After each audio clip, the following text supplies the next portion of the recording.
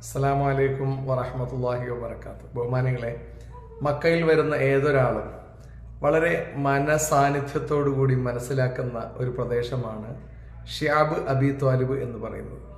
നബി സല്ലല്ലാഹു അലൈഹി വസല്ലം തങ്ങളെയും അടുത്ത കുടുംബക്കാരെയും അതുപോലെ ബനു ഹാഷിം ബനു മുത്തലിബ് ഗോത്രക്കാരെയും ദിവസങ്ങളോളം മക്കക്കാർ പട്ടിണിക്കിട്ട, ഒറ്റപ്പെടുത്തിയ, ഭക്ഷണം കൊടുക്കാതെ, അവരുമായി സംസാരിക്കാതെ അവരെ സമ്പൂർണമായി ബഹിഷ്കരിച്ച ഒരു സംഭവമാണ് ഹിസാറു മക്ക എന്ന് പറയുന്നത്. ആ ഹിസാറു മക്ക നടന്ന പ്രദേശമാണ് ഷിയാബ് അബി ത്വാലിബ്. ഇൻഷാ അല്ലാഹ് ഇന്ന് ഷിയാബ് അബി ത്വാലിബിൻ്റെ വിശേഷങ്ങളാണ് നിങ്ങളുമായിട്ട് പങ്കുവെക്കുന്നത്. പരിശുദ്ധമായ മക്കയിൽ ഹബീബായ റസൂൽ കരീം സല്ലല്ലാഹു അലൈഹി വസല്ലം തങ്ങൾ ജനിച്ചതിൻ്റെ തൊട്ടടുത്തുള്ള ഒരു മലഞ്ചെരിവാണ്, മലയിടുക്കാണ് ഷിയാബ് അബി ത്വാലിബ്. ഒരു വേള ആ ഷിയാബ് അബി ത്വാലിബിൻ്റെ ഏറ്റവും താഴ്ഭാഗത്തായിട്ടാണ് നബി സല്ലല്ലാഹു അലൈഹി വസല്ലം ജനിച്ചത്. ഇൻഷാ അല്ലാഹ് അത് മറ്റൊരു വീഡിയോയിൽ ഉൾപ്പെടുത്തുന്നതാണ്. ഈ ഷിയാബ് അബി ത്വാലിബും നബി സല്ലല്ലാഹു അലൈഹി വസല്ലം തങ്ങളുമായിട്ട് വലിയ ബന്ധമുണ്ട്. കാരണം മഹാനായ അബൂ ത്വാലിബ് എന്നവർ, നബി സല്ലല്ലാഹു അലൈഹി വസല്ലമയുടെ മൂത്താപ്പയായ അബൂ ത്വാലിബ് എന്നവർ നബി സല്ലല്ലാഹു അലൈഹി വസല്ലം തങ്ങളെ ഖുറൈശികൾക്ക് കൊല ചെയ്യാൻ വേണ്ടി വിട്ടുകൊടുക്കാത്തതിൻ്റെ പേരിൽ ബനുൽ മുത്തലിബ് ബനു ഹാഷിം കുടുംബക്കാരെ മക്കയിലുള്ള മറ്റ് ഗോത്രക്കാർ മുഴുവനും ഉപരോധം ഏർപ്പെടുത്തി തളച്ചിട്ട ഒരു മലഞ്ചെരിവാണ് ഷിയാബ് അബി ത്വാലിബ് എന്ന് പറയുന്നത്. ഷിയാബ് അബി ത്വാലിബ് എന്ന പേര് വരാൻ കാരണം അബൂ ത്വാലിബ് എന്നവരുടെ ഭവനവും അവിടുത്തെ മാടുകളെ മേച്ചിരുന്നതുമായ ഒരു പ്രദേശമായിരുന്നു ഈ ഷിയാബ്. അതുകൊണ്ട് തന്നെ അവിടുത്തെ മക്കളും മറ്റുമൊക്കെ ജനിച്ചത് പ്രധാനമായിട്ട് അലി റളിയല്ലാഹു തആല അൻഹു ഇവിടെ വെച്ചിട്ടാണ് ജനിച്ചത്. അലി റളിയല്ലാഹു തആലയുടെ ജന്മസ്ഥലം ഇവിടെയാണ്. അബൂ ത്വാലിബ് എന്നവരുടെ പല മക്കളും ഇവിടെ വെച്ചിട്ടാണ് ജനിച്ചത്. അങ്ങനെ ആണ് ഈ ഷിയാബ് അബി ത്വാലിബ് എന്ന് പേര് വന്നത്. എങ്ങനെയാണ് മക്ക ഉപരോധം തുടങ്ങുന്നത്? നബി സല്ലല്ലാഹു അലൈഹി വസല്ലമ തങ്ങൾ അവിടുത്തെ വിശ്വാസം, പരിശുദ്ധമായ ഇസ്ലാം അനുദിനം വളരുന്നത് കണ്ട് ഖുറൈശികൾക്ക് മൊത്തം അങ്കലാപ്പായി. അങ്ങനെ അങ്കലാപ്പിലായിരിക്കുമ്പോഴാണ് അബിസീനിയയിലെയും അതുപോലെ നജാഷി രാജാവും നബി സല്ലല്ലാഹു അലൈഹി വസല്ലമക്കും സ്വഹാബാക്കൾക്കും അഭയം കൊടുക്കുന്നത്. മാത്രമല്ല ഉമർ റളിയല്ലാഹു തആല അൻഹും അതുപോലെ ഹംസത്തുൽ കർറാർ റളിയല്ലാഹു തആല അൻഹും ഇസ്ലാം സ്വീകരിച്ചു. പ്രമുഖരായ പലരും ഇസ്ലാമിലേക്ക് കടന്നു വരുന്നു. ആദ്യമൊക്കെ മക്കക്കാർ കരുതിയിരുന്നത് പോലെ അടിമകൾക്കും സാധുക്കൾക്കും വേണ്ടി മാത്രമുള്ള ഒരു മതമായി ഒതുങ്ങും എന്ന് വിചാരിച്ചിരുന്നപ്പോൾ മക്കയിലുള്ള പ്രമുഖരൊക്കെ ഇസ്ലാമിലേക്ക് കടന്നു വന്നപ്പോൾ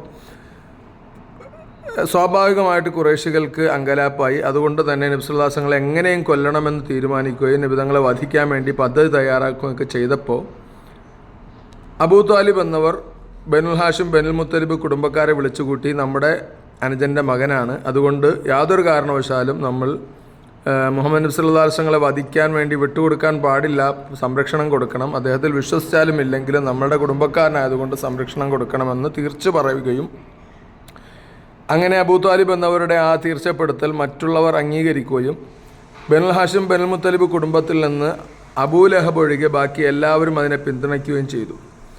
അങ്ങനെ ശക്തമായ നിലപാടെടുത്തതിൻ്റെ അടിസ്ഥാനത്തിലാണ് ഇനി ബനുൽ ഹാഷിം ബനുൽ മുത്തലിബ് ഗോത്രവുമായിട്ട് മക്കക്കാർക്ക് യാതൊരു തരത്തിലുള്ള ബന്ധം പാടില്ല, അവർക്ക് ഭക്ഷണം വിൽക്കാൻ പാടില്ല, അവരുമായി വിവാഹബന്ധം നടത്താൻ പാടില്ല, അവരുമായി യാതൊരു തരത്തിലുമുള്ള ഒരു ഇടപാടുകളും നടത്തരുത് എന്ന് പറഞ്ഞ് മക്കയിൽ പരിശുദ്ധമായ കഅബാലയത്തിൽ ഒരു എഴുത്തെഴുതുകയും ഒരു തോൽക്കഷണത്തിൽ ആ എഴുത്തെഴുതി കഅബാലയത്തിൻ്റെ അകത്ത് തൂക്കിയിടുകയും ചെയ്തു. അതിൻ്റെ അടിസ്ഥാനത്തിൽ മക്കയിലുള്ള എല്ലാവരും നബി സല്ലല്ലാഹു അലൈഹി വസല്ലമയെയും അവിടുത്തെ കുടുംബത്തെയും ബഹിഷ്കരിക്കുകയും അവർ പൂർണ്ണമായിട്ട് ഒഴിവാക്കുകയും ചെയ്തു. അങ്ങനെ നബി സല്ലല്ലാഹു അലൈഹി വസല്ലം തങ്ങളും നബി തങ്ങളുടെ കൂടെ ഉണ്ടായിരുന്ന ഖദീജ ബീവി അടക്കം സഅദ് ബിൻ അബി വഖാസ് റളിയല്ലാഹു അൻഹു അടക്കം സ്വഹാബാക്കളിൽ പലരും പട്ടിണി കിടന്നു. കുട്ടികൾക്ക് പോലും ഭക്ഷണം കിട്ടാതെ കുട്ടികളുടെ നിലവിളി പുറത്തേക്ക് കേൾക്കാമായിരുന്നു. നബി സല്ലല്ലാഹു അലൈഹി വസല്ലം സ്വഹാബാക്കളും എല്ലാവരും വളരെയധികം കഷ്ടത സഹിച്ചു. എത്രത്തോളം അവർക്ക് ഭക്ഷണം കിട്ടാതെ ദിവസങ്ങളോളം ഇലകൾ മാത്രം ഭക്ഷിച്ചു. അവർ കാഷ്ടിക്കുന്നത് ആടുകൾ കാഷ്ടിക്കുന്നത് പോലെയായി, വെള്ളം പോലും കിട്ടാതെയായി. വളരെ പ്രയാസത്തിൽ എല്ലും തോലുമായി ശരീരങ്ങൾ, പലർക്കും വലിയ വലിയ രോഗങ്ങൾ ബാധിച്ചു. ഈ രോഗത്തെ തുടർന്നാണ് പിറ്റേ വർഷം അബൂ ത്വാലിബ് എന്നവരും ഖദീജ ബീവിയും മരണപ്പെട്ടത് എന്ന് പോലും ചരിത്രകാരന്മാർ രേഖപ്പെടുത്തുന്നു. അത്ര കണ്ട് കഷ്ടപ്പാട് 3 വർഷത്തോളം സഹിച്ചു.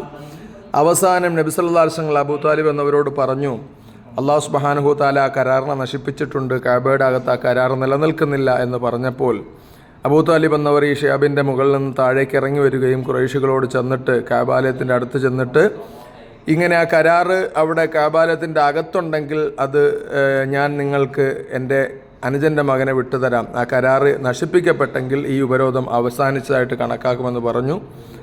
അങ്ങനെ അവർ സന്തുഷ്ടരായി കഅബാലയത്തിൻ്റെ അകത്ത് ചെന്ന് നോക്കുമ്പോൾ ആ കരാറ് പൂർണ്ണമായിട്ട് തന്നെ ചെതലുകൾ തിന്ന് നശിപ്പിക്കുകയും ബിസ്മിക് അല്ലാഹുമ്മ എന്നുള്ള വാചകം മാത്രം ശേഷിക്കുകയും അതോടുകൂടി ആ കരാർ അവസാനിച്ചതായി കണക്കാക്കി നബി സല്ലല്ലാഹു അലൈഹി വസല്ലമയെയും സഹാബാക്കളെയും അതുപോലെ ബനുൽ ഹാഷിം ബനുൽ മുത്തലിബ് ഗോത്രക്കാരെയും ഉപരോധത്തിൽ നിന്ന് രക്ഷപ്പെടുത്തുകയും അള്ളാഹു ചെയ്തു.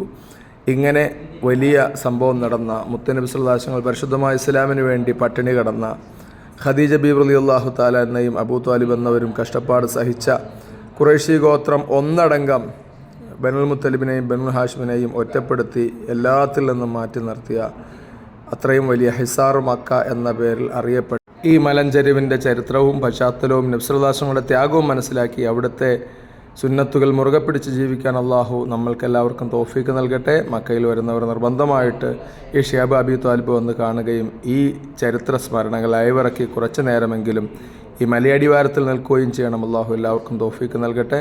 അസ്സലാമു അലൈക്കും വറഹ്മത്തുള്ളാഹി വബറകാതുഹു.